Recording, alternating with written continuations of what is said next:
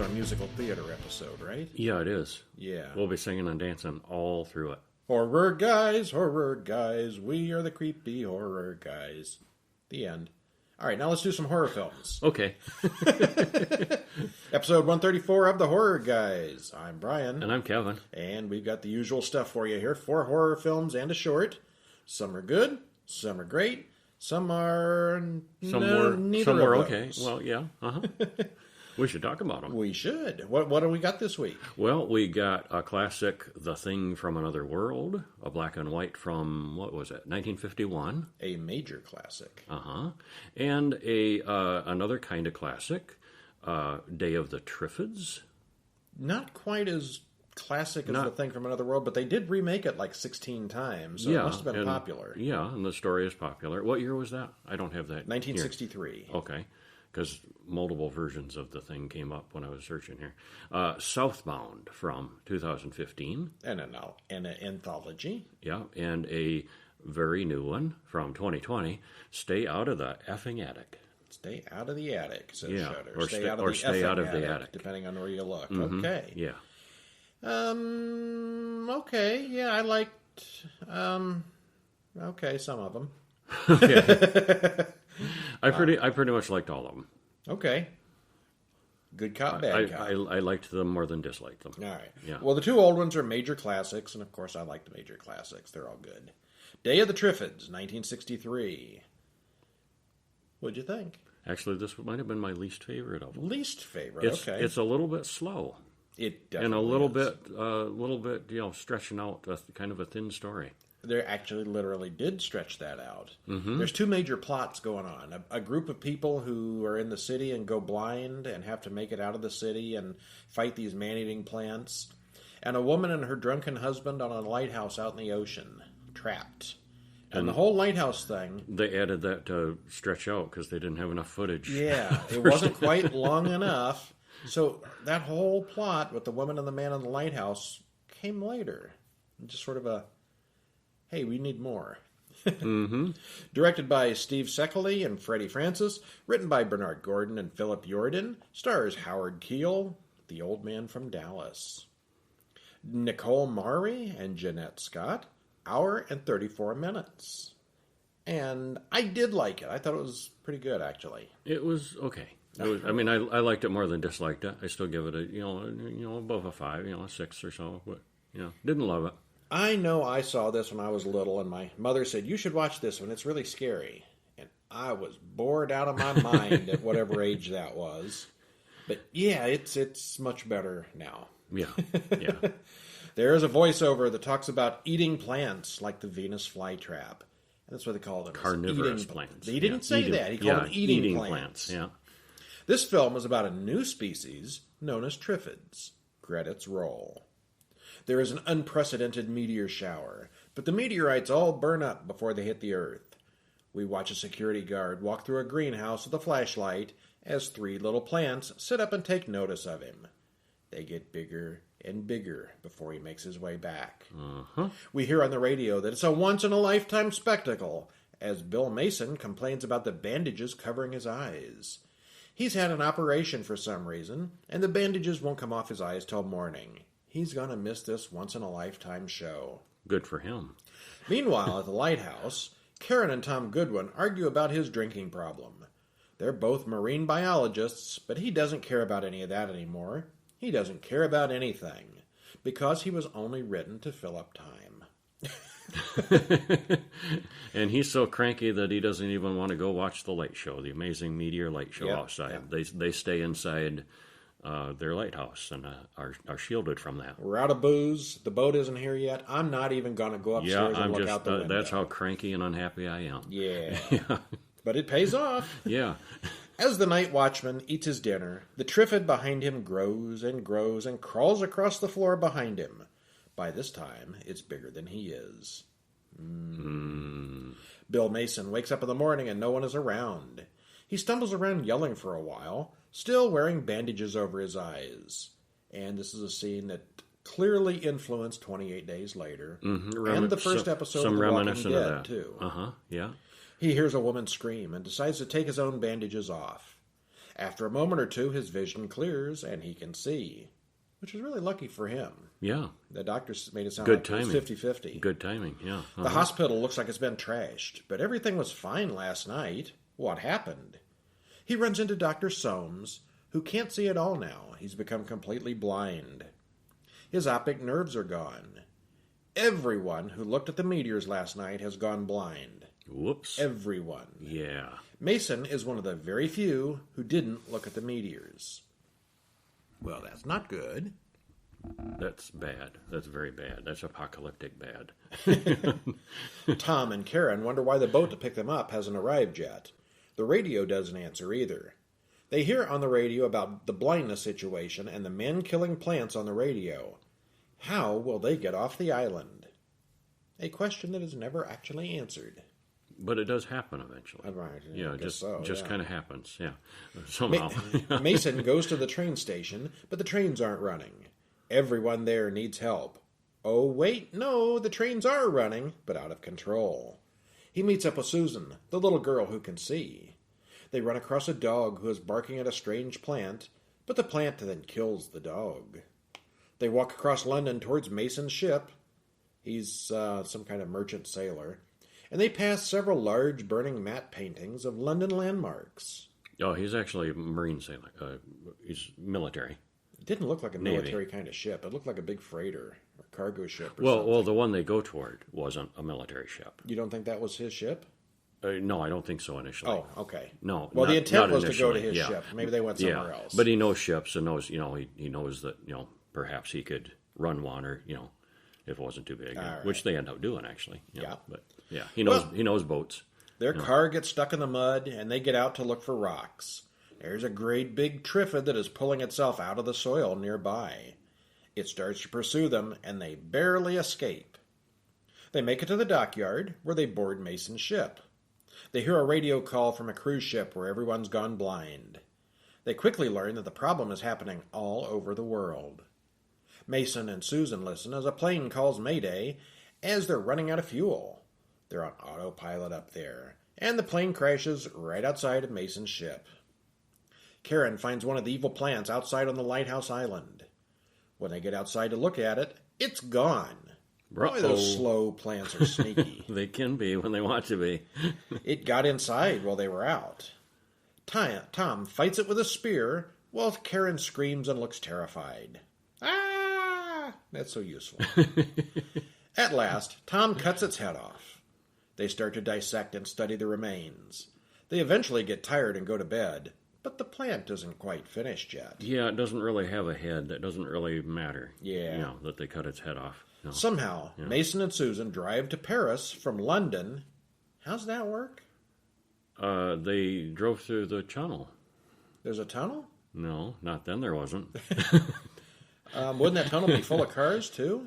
You'd think so. You know, but there wasn't. But the tunnel wasn't around then. Yeah, okay. Yeah, it took a ferry. Yeah, Who drove the ferry? Yeah, they did. Yeah. Well, anyway, they started out in London, and somehow now they're in Paris, and they run into Christine Durant and her children. They take them to Mr. and Mrs. Coker, who have been helping the many blind people in the area. Susan gets paired off with Bettina, a blind girl. Do you recognize her? No. Who was it? Susan, the doctor's first granddaughter. Oh, Dr. right. Who. Yes, the it first was. companion. Yeah, now that you mentioned that, yeah, it was. Mason warns that the world is about to get really nasty. And she had already been blind, so she was very functional compared to the new blind people. So yeah, the people who have always been blind know how to deal with it. Yeah. But Mrs. Durant refuses to leave her sanctuary. Deniers. Well, she feels safe, and it's a place she's always known, and yeah. Meanwhile, out on the lighthouse island, the dead Triffid reassembles itself while Tom and Karen sleep. They come downstairs to find it's broken down the door and escaped. Mason is preparing to leave the group and look for help when he spots a Triffid walking past. They hadn't run into the killer plants much at the sanctuary. They find a whole bunch of them, and they're releasing seeds into the atmosphere.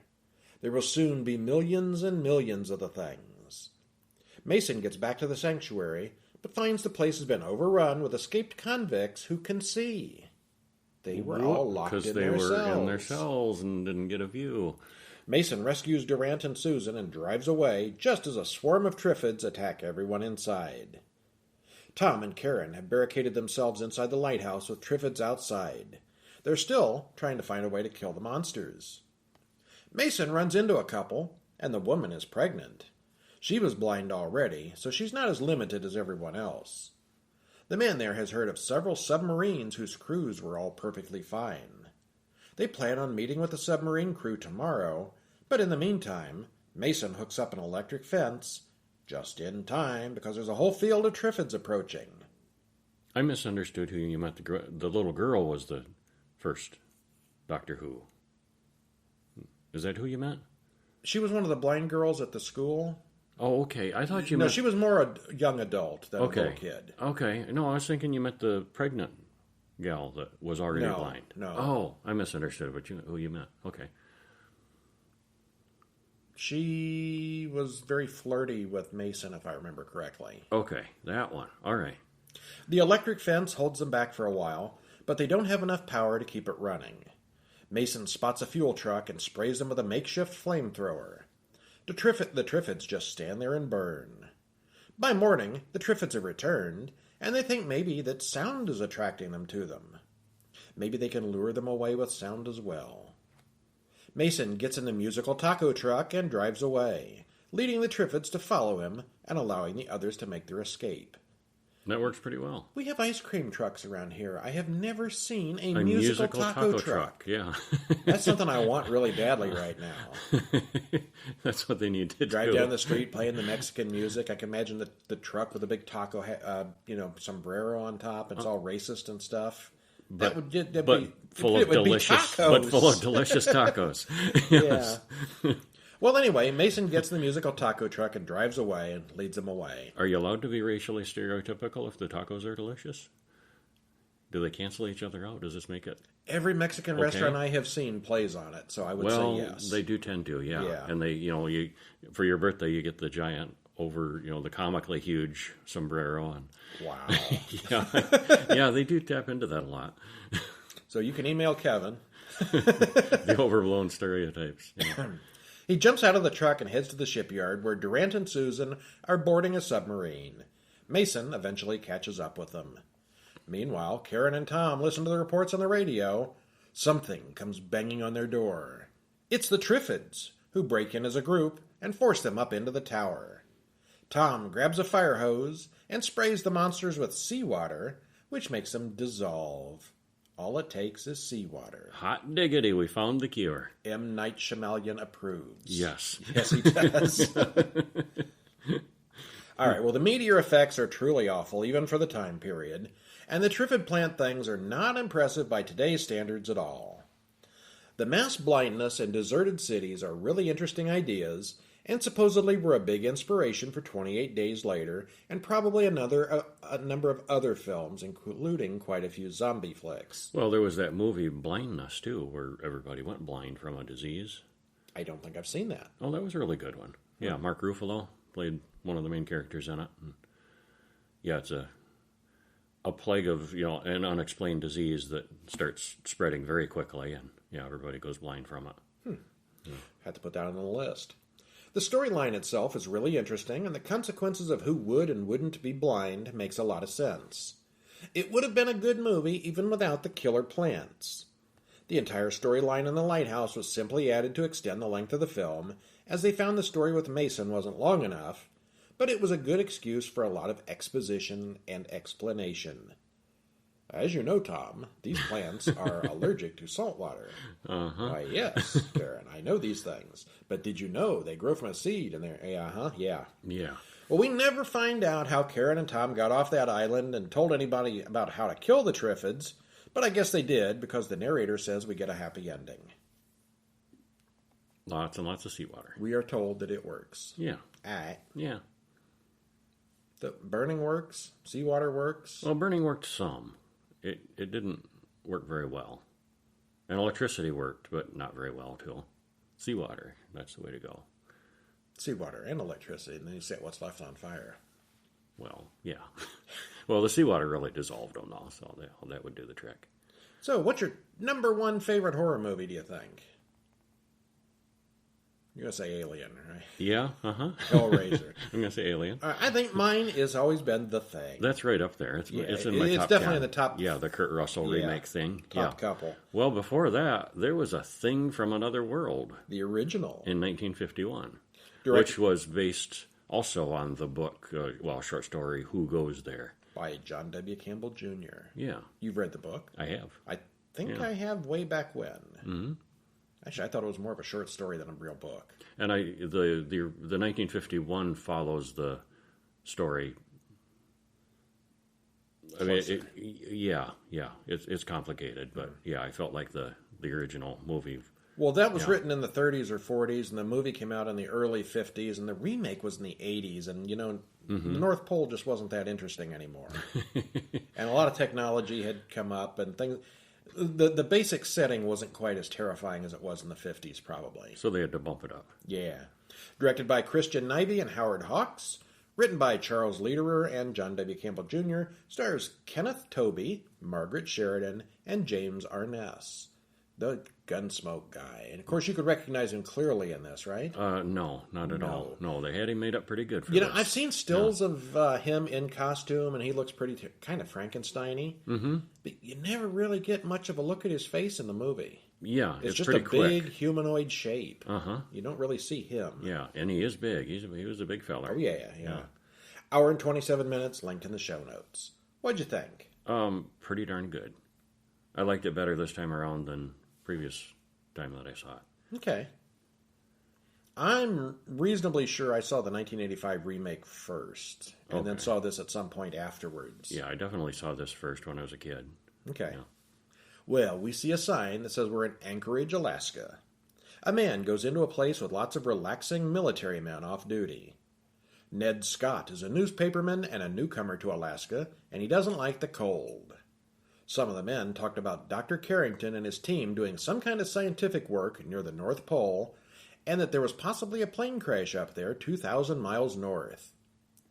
And we're like, the North Pole isn't that far away from Anchorage, and we did a very quick check, and what was it, like 2,001 miles? Oh, they were right. It was really they were close. very, very accurate with their flight plan. Yeah, they were. Uh-huh. The general orders Captain Hendry to go up and investigate and be back by tomorrow night. The plane takes off, and they land without any trouble. They are greeted warmly by the staff at the base, and we get a bit of a look at the base and the people there. Hendry confronts Nicky, Carrington's secretary, as the two used to be an item, and maybe again. And that's, talking about the distance there. There's the science fiction aspect of it, of course, with the alien spaceship and the alien. But it's pretty realistic with the science that they throw in here, the science and the distances and how the cold weather works and how the equipment would work and those temperatures and a lot of accuracy. I thought they did a really good job. The original author, John Campbell, he was big into the hard science fiction. He would research things, and the science is usually probably pretty close, except for the alien part. Yeah. Well, Hendry then meets Carrington, and they explain to him about something that crashed into the ice. They thought it was a meteor at first, but it wasn't because its course changed. It's 48 miles away, and they use Hendry's plane to investigate. As they approach, their compass goes crazy, so they know they have found it. Okay, so if you've seen the remake, that was in Antarctica. This is at the North Pole. Mm-hmm. The thing in Antarctica had been there for 1 million years, frozen before humanity was even a thing. Yeah, and they found it. And this one just recently crashed. They saw it crash. Yeah. So there's a difference right there. Yeah. Well, whatever it was, it crashed into the ice, slid to a stop, and then melted into the ice, and it mostly buried itself and refroze. They soon learned that the airplane is actually a round flying saucer, and Mr. Scott wants to report this immediately, but Hendry says this is too big and needs to stay quiet for now. They plant thermite to melt the ice. Something goes terribly wrong, and the entire saucer explodes with all its secrets. Yeah, and vaporizes. Yeah, the engines ignite, and the alloy ignites, and there's just nothing left but ashes. Boom. Oops. Yeah. Oops. But there's good news. They find a body in the ice. Yeah, somebody got out before it crashed, or as it crashed, or something. The man down there is 8 feet tall. They load it into the plane in a chunk of ice and bring it back to the base. Carrington wants to defrost and examine the body, but Hendry forbids it until the military gives approval. A storm is coming in, so they have to prepare for that, which is a distraction. Speaking of distractions, Nikki ties Hendry's hands behind his back and forces him to drink alcohol while she kisses him. Yeah, she was. What kind of movie are we watching? She was here? a naughty girl. Yeah. Let me get out the rope and the booze. They take turns watching over the frozen block, which is clear enough to see the creepy, man-like thing inside. One of the men is creeped out and covers the ice with a blanket, not realizing it's an electric blanket. Whoops. The That's ice still plugged begins in to and melt. on. Yeah. Yeah. Everyone investigates, and the monster has gotten outside and is being attacked by sled dogs. By the time they get outside, they find 2 dead dogs and an arm. There's no blood in the arm. It's not like us, more like a vegetable. This might be why the bullets didn't stop it earlier. It must come from a planet where plants evolved like animals did here. It also has seed pods in its skin. Uh-oh. Carrington says it's superior to us in every way. As he monologues, the arm starts moving and absorbs the dog blood that was on it. All their soldiers grab their guns, and the search is on. Carrington and the scientists find a dead dog drained of blood in the greenhouse. He thinks it'll come back, but doesn't tell Hendry. It does return, and it injures Dr. Stern and kills 2 others. They open the door, and the thing is standing right there. They manage to barricade the door and set up guards. And the guy has 2 arms now. It grew back. It grew back. Nobody actually mentions that or points it out. But it does, yeah. We noticed. Yep. Carrington quickly notices changes his tune and starts to see the monster as an enemy to be defeated. So he wanted to save it for research until his people started dying, and now he's changed his tune. The buds from the hand, when fed with blood, have grown into little baby things. The problem will spread like crazy if it gets to a plentiful food supply. He compares the little plants to newborn children. Nikki shows the reports to Hendry, who receives orders from the general not to harm the creature. That sounds like the military. Yeah. They can tell from the Geiger it counter does. that the thing is moving, and they come up with a plan to burn it with kerosene. They pour on the kerosene, and it burns really well. And so does half the room. And so does half the room. Yeah, that was a I don't messy... know how anybody survived that. Yeah, and the filming of that scene must have been tricky, because there was so much fire all over in that room. Yeah. People running around, people screaming, people flailing their arms. The one guy's on fire. The mattress is on fire, the the furniture, and yeah. I don't know how anybody didn't get hurt doing that one. Yeah. Well, one of the scientists suggests trying to fry him with electricity the next time, so they set up a trap. Suddenly, all the heat in the base stops working. The creature must have sabotaged it. How smart is this thing? Pretty darn smart. It could fly a UFO. Hendry wants to destroy the creature, but Carrington still insists that it's better that they all die than to destroy the knowledge they could get from the alien. The monster comes in, but Carrington turns off the generator. There's a quick fight, and Carrington goes to talk to the monster. The monster listens and then knocks him aside. They turn on the juice, and the lightning flies, frying the creature. It burns into a tiny little pile of ash. They burn the little plants in the lab afterward. Nikki and Hendry plan on having a happy ending, while Scott reports on the alien invasion story and ends up saying, "Keep watching the skies." Keep looking up, says Jack Horkheimer. Keep watching. Wrong guy. Okay. Okay, so comparing this to the 1982 film, a lot had changed in 30 years. The North Pole became Antarctica. The technology had improved a lot. There were several female characters in this that were completely omitted in the less romantic remake. There was no kissy-kissy in the 85 version. No, not that we knew of. No rope, bondage, it was or all alcohol. guys. Yeah. No. This film had Dr. Carrington, who plays a sort of human antagonist for some of the film, while the remake had a bunch of individual characters of variable likability. This one leaves out the idea that the creature is a shapeshifter, as it resembles more of a Frankenstein-type humanoid creature. They wanted to make it a shapeshifter, but didn't have the budget. Yeah. The idea was there. It's not that they hadn't thought of it. Yeah. There are a lot of ideas thrown around here, and everything from alien and bacteria and life forms that survive freezing, to alien metal, and the idea that maybe the thing could even read their minds. This was one of the most influential science fiction and horror films of all time, and has been cited by numerous major directors as a big influence. Mm-hmm. And it is really good. Yeah, it was. Yeah. Black and white, but otherwise it's still good. Holds up. I'd highly recommend it. Yeah, especially if you've seen The Thing, the Kurt Russell. See this one to see how it compares. It's not the same thing. Same thing, only different. Well, the ending is different. I mean, there's a lot of differences. A lot of differences, yes. Yeah. Clearly, they're related. Oh, yeah. Well, same origin story, same original story that it's based off of. Yeah. Yeah. So, when you were little, were you a thumb sucker? No. I was a first two fingers sucker. Alrighty then. You didn't know that about me, did you? I didn't know that about you. Yeah. I have no recollection of doing that, but yeah, this is what I'm told. I never sucked my thumb. It was the first two fingers of my right hand. All right. Yeah. I don't think I did anything like that, but there's no witnesses, so we're not going to know. So our short film this week is called Suck a Blood. And it's an old one. It's from 2012, but it was recommended and we watched it and liked it. I liked it. What do you think? I liked it. Yes, All right. Very good. Yeah. Written and directed by Jake Cudahy and Ben Tillett, stars Holly Jacobson, Sam Metcalf, Robin Berry, and Ben Tillett. And it's a strange mixture of live action and animation. Yeah, it's pretty cool how they did it. Yeah, it is. 6 minutes, 46 seconds. There's a YouTube link to watch the whole thing on the site, on the show notes. All right, so on dark and stormy nights, the suck-a-blood comes, warns the narrator as we zoom into a dark, old, haunted-looking house. The little girl gets beaten by her stepmother for sucking her thumb. The evil old stepmother calls down a curse on the girl.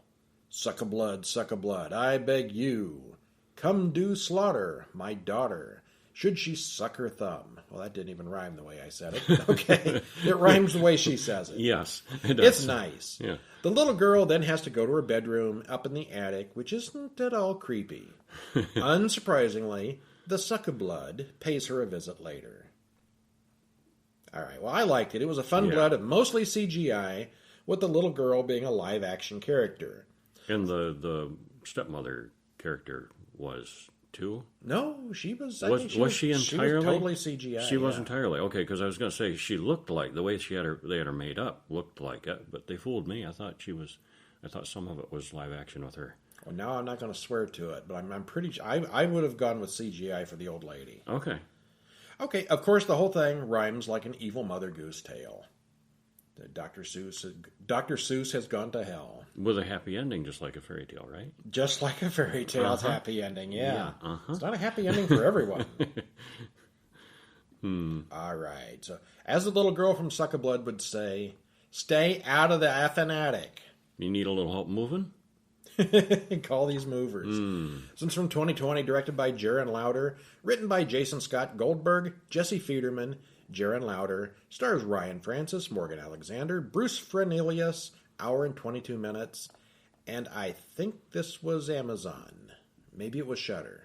Actually, it was Shudder. It was Shudder. Yeah. Yeah. Because we found it on Shudder by calling it Stay Out of the Attic, without the F word. And that's what Shudder has it under, is just Stay Out of the Attic.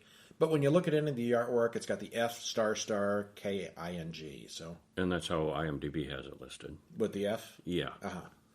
Yeah, I think that is just the stupidest thing. I mean, it's kind of a funny name, but it makes it harder so for searching. Hard to find. Yeah, and some confusion on searching. Yeah, you'll find it eventually if you look for it. You figure it out. Did you like it? It was okay. I didn't love it, but it was pretty good. Give it maybe a 7.5. You wouldn't. I would go. Oh, look at that scrunchy face. He's making a scrunchy face. I'll say 5, but I lean more toward a 4. Oh, okay. It was pretty dumb. Nah, wasn't that dumb. As credits roll, we get glimpses of a creepy old house and surgical instruments. Albert, Imani, and Carlos, 3 sort of professional movers from the Second Chance Moving Company, arrive in their truck. All 3 of them very clearly point out that they are ex-cons. Hey, did you know they all been in prison? There's a little bit of exposition there. You think? Yeah, exposition conversation. And I was thinking some of that, like, they would have already known this about each other. They're telling this for our benefit. Us this stuff. Because we don't know it. Okay. Well, Carlos is creeped out, and he says it looks like a haunted house, which it does. Mr. Vern Mueller, the creepy old owner, comes to the door and invites them in. Vern says to move the first and second floor, but not to go into the basement or attic. He'll take care of those himself. Especially the attic. The old man offers a large amount of money to get everything out by morning. No explanations why.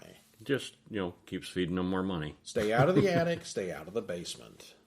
They get to work packing, loading the truck, and moving everything in the living room. Yes, we get a work montage. Carlos gets offended when he sees Albert's white supremacist tattoo. It was something on his arm, wasn't it? What was it?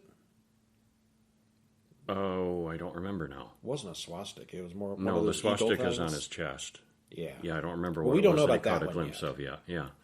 Well, as it approaches midnight, they finish the first floor and start upstairs. Albert notices the basement is locked shut, but he also recognizes the logo on the lock looks German. Imani sets about disassembling the crib in the nursery. Vern is super old, so who had a baby there? We see a hand reaching down through a hole in the ceiling behind her. Carlos finds a bunch of occult books and a letter from Joseph Mengele.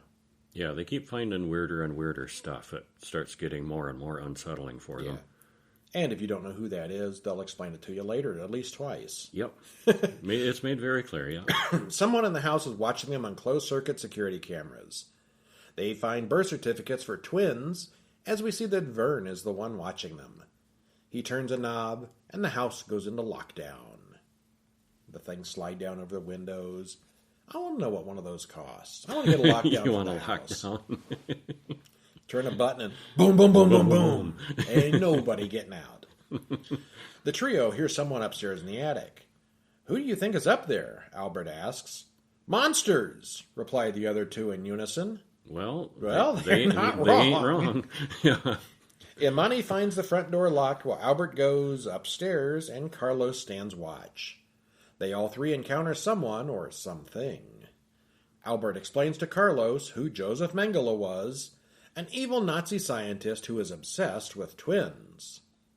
I think there was more to him than that. Yes. The twins is what we're looking at That here. was one of his things, and yeah, they especially mentioned that. Yeah. Vern straps Imani down to the table and says he's going to harvest her eyes. That's how he stays young. Eating the Eye juice. Albert and Carlos make contact with Anne, a woman locked in the attic. Actually, she's two people. Anne and Sarah are conjoined twins. They weren't born that way, but they were surgically connected. Not the human centipede, but close. Yeah, the opposite of what they usually do with conjoined twins. Yeah. It's billed as a double person. Yeah. They help her downstairs, but can't find a way out of the house. Vern explains to Imani that he's learned how to extend his life for many years. Yes, he's really Dr. Joseph Mengele, who's found a way to survive for more than 100 years. Well over 100 years old, and he looks like an old guy, but not ancient. He might have been old when he learned the secret. Yeah. Maybe it doesn't make you younger, but just stops the aging. Yeah, I think that's it. Yeah. Then he shoots Albert. Carlos takes off Albert's shirt, and Vern sees the Nazi's tattoo on his chest. Except anybody who knows these things can see that his swastika is backwards. Well, maybe it's so that when he looks in a mirror, he sees it the right direction, and is therefore re-inspired. Every time he sees it in the mirror. Yeah, clearly the actor had the thing spray painted on, and I think they had the template upside down or something. Maybe it was a mistake. I'm going with my theory. He did it on purpose so he could see it in the mirror. Okay, yeah. Yeah. Vern never attribute to incompetence what you can put down to vanity, right? Yeah, that's right. Well, Vern / Mengele sends a creeper to chase Carlos, who hides in a bathroom. Anne / Sarah hides in a moving box. Just to make sure the audience knows he's the bad guy, Vern dresses up in a full Nazi uniform as opera music plays in the background. Yeah, he's getting into it now. Yeah, because just in case you didn't hear them say he was a Nazi like 12 times. You know it. You know it for sure. Yeah. Naturally, Vern has set up the bathroom to spray Zyklon B gas. Yes, it's that kind of shower. Really? Really? Well, he said that's where he puts his mistakes to deal with them. Carlos bleeds from the eyes, nose, and mouth, but breaks down the door and falls outward into the hallway. He's probably the universe's only survivor of Zyklon B gas. Meanwhile, Sarah starts coughing up blood for some reason, while the creeper beats on the cardboard box she's hiding in. Carlos comes in and saves her, Totally not as dead as he really should be, but then he dies again when it's convenient for the plot. Or does he? Or does he? Albert wakes up. Vern has brought him back to life. Hello, fellow Nazis. Vern says Albert doesn't need to hide anymore since he's among friends. Albert isn't there by coincidence. Vern has done his research. He had that tattoo on his chest long before he went to prison. Yeah, he didn't get in with the skinheads in prison. He was into this forever. He already was, yeah. Albert and Imani yell back and forth across the operating room, while Vern sits back and smiles. Albert admits it. He's a Nazi, and he wants to help Vern. Vern takes off the straps and releases Albert. And of course, we're wondering, like, is he reformed or isn't he reformed? It does make you wonder. It could go either way at this point. Yeah, it could have. Of course, then he turns on Vern and releases the one-eyed Imani, who beats the crap out of Vern. Vern sees the dead creeper on the monitor and runs upstairs. "My baby!" he cries. Anne attacks Vern with a screwdriver, and they both fall down the stairs. Imani and Anne run outside, screaming for help, but Albert goes back for Vern. He ends up cutting the tattoo from his own chest. Albert kills Vern, but Vern sets off some kind of an alarm. The big red door with the swastika on it opens, and the big monster comes out. The end. The reserve monster. Yeah, all this time he hadn't even let the big one out yet. Well, these guys are the worst movers ever. The concept of the story is pretty good and it has promise, but it's just bad. Well, it's a big house and a big moving job, and they're awful pokey about it. You know, they've got one night, and it's just the three of them, and I was thinking they're not going to get all of that stuff in that van the way they're loading it. Not when they're like wrapping individual the way they're books. loading it, and as slow as they're loading it. So that was, a sticking point. Yeah. Okay, well anyway, it's too long, it's too predictable, and it's not that well acted. Although everything is explained, sometimes more than once, none of it really makes any sense. The only thing that wasn't completely predictable was knowing which way Albert was going to go in the end. Was he a loyal Nazi, or has he redeemed himself in prison? And we sort of find out. We sort of do. Yeah. Yeah. I think this was the worst one we saw this week. Huh. You don't think this is the worst one we saw this week? No, I think I liked Triffids the least. Okay. Yeah. Which leaves our next film somewhere in the middle. Southbound. Southbound from 2016. Directed by Roxanne Benjamin and Matt Bertolini-Olpin. Written by them. Stars Chad Villella, Matt Bettinelli. Okay, let's just start over with that. Okay. Stars Chad Villella, Matt Bettinelli-Olpin, and Christina Piesek, Larry Fessenden. Runtime, hour 39 minutes. Link in the show notes. And this is, I'm pretty sure this one's an Amazon. Did you like it? You kind of liked it. I liked it. I'm skimming my notes to remember what this was. I'd almost like to see it again. Now knowing what's going on and who's who and what's what.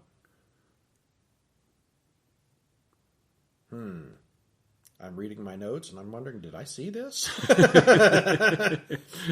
I'm going to call it decent but forgettable. Let's put it that way. It's kind of an anthology. It is an anthology, yeah. Yeah. Two criminals, bloody and terrified, make a run for it as credits roll. As they drive, they see a weird thing. Oh, this one. This one, yeah, with the weird things. Those weird things, I remember those. Those were pretty cool. Demon things, yeah. They see a weird thing floating in the sky. They're heading southbound. Southbound on an unnamed highway. They stop in for gas at a diner, and strange things start happening to them, but no one else notices. Mitch sees that thing outside in the air again. They drive away from the diner, but soon find themselves right back there again. Now they see two of the things in the sky as they approach the diner a second time. They're stuck in a loop. Mitch gets out to go home, but Jack refuses. The skeletal, angel of death-looking thing kills Jack. Yeah, I think if the whole movie had been those things, this would have been a much cooler movie. Well, it probably was, a higher budget. That was though. a very cool part of it. Yeah. Mitch, were creepy. Yeah, Mitch then enters a bloody motel room and finds himself home with his daughter. But he's still in a confusing, recursive house with rooms that lead back into themselves. The maid comes by and puts a do not disturb sign on the doorknob. Huh. Yeah, it's weird. Meanwhile, somewhere else, Sadie, Kim, and Ava open the motel door next to Mitch and come out. They all climb into a van and leave. They're doing the 3 girls on a road trip thing when they have a flat tire. AAA is at least 4 hours away, so they unpack the van and start drinking warm beer out in the middle of the desert. That's great. At last, another car comes along. Betty and Dale offer them a ride, and against their better judgment, the girls go with them. They arrive at Betty and Dale's house. Bunny and Ray and their weird twin sons come over for dinner. Ray says a kind of satanic grace. Sadie is a vegan and won't eat the meat. A couple of times there's mention of a 4th girl, but we never saw a 4th girl. If Alex were here, things would be different, complains Kim. Then the girls who ate the funny meat start throwing up. Once Dale gives them their medicine, they get a lot calmer, don't want to leave, and pass out on the bed. Sadie goes to sleep, and when she wakes up, the other girls have gone out to a bonfire with the 2 strange twins. Sadie watches the others do a satanic ritual out in the desert. Sadie gets her foot caught in a bear trap, and Kim and Ava come after her. Sadie runs out into the road to flag down a car, but the guy is on his phone and runs over her instead.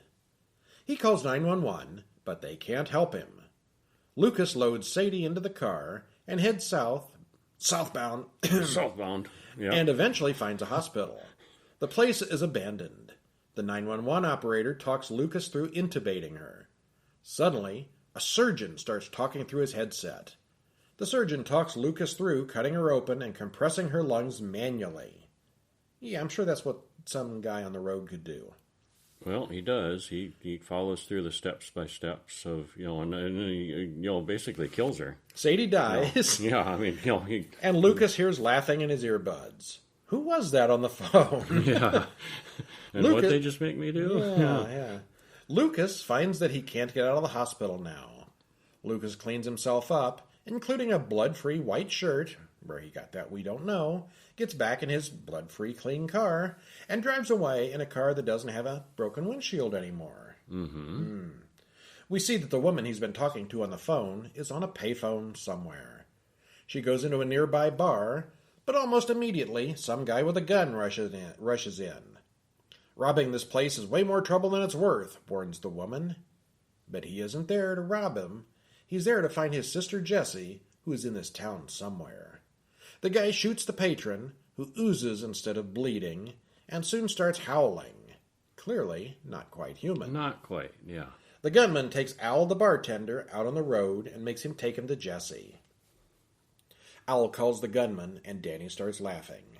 The eye tattoo on Al's hand winks at Danny, but he does take Danny to see Jessie as he promised. She says that Danny's gotten old, and he says he's been looking for her for 13 years. Danny blows off Al's head and pulls Jessie into his truck. The road ends, but he keeps on going. Jessie explains that she killed their parents, and she doesn't want to leave this place. Just then, 4 naked men pull Danny from the truck and eat him. As one does. Jessie then goes back to where she came from, bumping into a girl at the restaurant. This girl, Jem, is on vacation with her parents. And that's what I liked about this, how it just They all kind of continues. tie together. Yeah, there's not really a segue, a break with a Not really a wraparound story in between them. It just continuously morphs into the other stories. Yes. Yeah. They kind of bump into each other one way or another. Yeah. So this girl, Jem, is on vacation with her parents. They arrive at the place they're staying at, and the mother asks the father, "Do you think she's ready?" There's a knock on the door, and the father says to call the police. There's several men outside wearing masks. The men search the little house as the family hides. Violence happens, and soon Jem finds herself alone with 3 masked intruders. The men kill the parents, then remove their masks, revealing Jack and Mitch from the opening sequence. And we've come full circle. Jem We beats find them. out how they got in that condition and what they were on the run What from. were they doing? Yeah. Jem beats them all up with a baseball bat, but she doesn't last long. The death demons crawl out of Jem's corpse, and as they run outside, the big one comes out of a hole in the ground and eats the 3rd assailant. What happened to the 3rd partner? Yeah. Everything connects. It's kind of an anthology, but it's also one big continuous story. The death demons are really cool looking, and all the gore is very realistic. The acting and cinematography here is excellent, the story is good, and the pacing is mostly fine, although I thought the hospital scene seemed way too long. The DJ, who kind of talked over everything, was played by Larry Fessenden, who does a Wolfman Jack commentary throughout the segments, which was kind of fun. Overall, it's really very good. Mm-hmm. But apparently 2 weeks after seeing it, I couldn't remember what happened. Yeah, okay, so I guess I did like it. It was all right. Yeah. I guess in retrospect, with a little refresher Might have been I'm going to call it a 7 or an 8. Might have been my favorite of the week. Okay. Yeah. Oh, this was your choice to begin with. This was one you chose. Yeah, I saw it on a list, thought it sounded good. Yeah. All right. And that is our show for this week. We both recommend The Thing from Another World. Uh-huh. We both recommend Southbound. Oh, yeah. We're a little mixed on Stay Out of the Effin' Attic and The Day of the Triffids. Mm-hmm. But we both like the short film Suck of Blood, which is like 6 minutes long, so you should go see that. Yes, you should. I think we're going to have some more movies next week. I bet we will. What are we going to see? Oh, Nightmare on Elm Street remake. Yay, Robert Englund. No, he's not. No. Oh, that other guy. Yeah, from 2010. Okay. Another remake, Nosferatu from 1979. With Count Orlok. Sorta. No, No, not this time, yeah. As Above, So Below from 2014, and Cadaver from 2020, which the international spelling has it with a K. With a K, yes. Yeah, it's an international film, not in English, and looked this one really was, good. I believe this one was Shudder also, and it's Cadaver with a C, but it is like a rebranded K Cadaver. Yeah, looks good. Yeah, it does. So, I'm Kevin. I'm Brian. And believe it or not, we'll see you next week. See ya.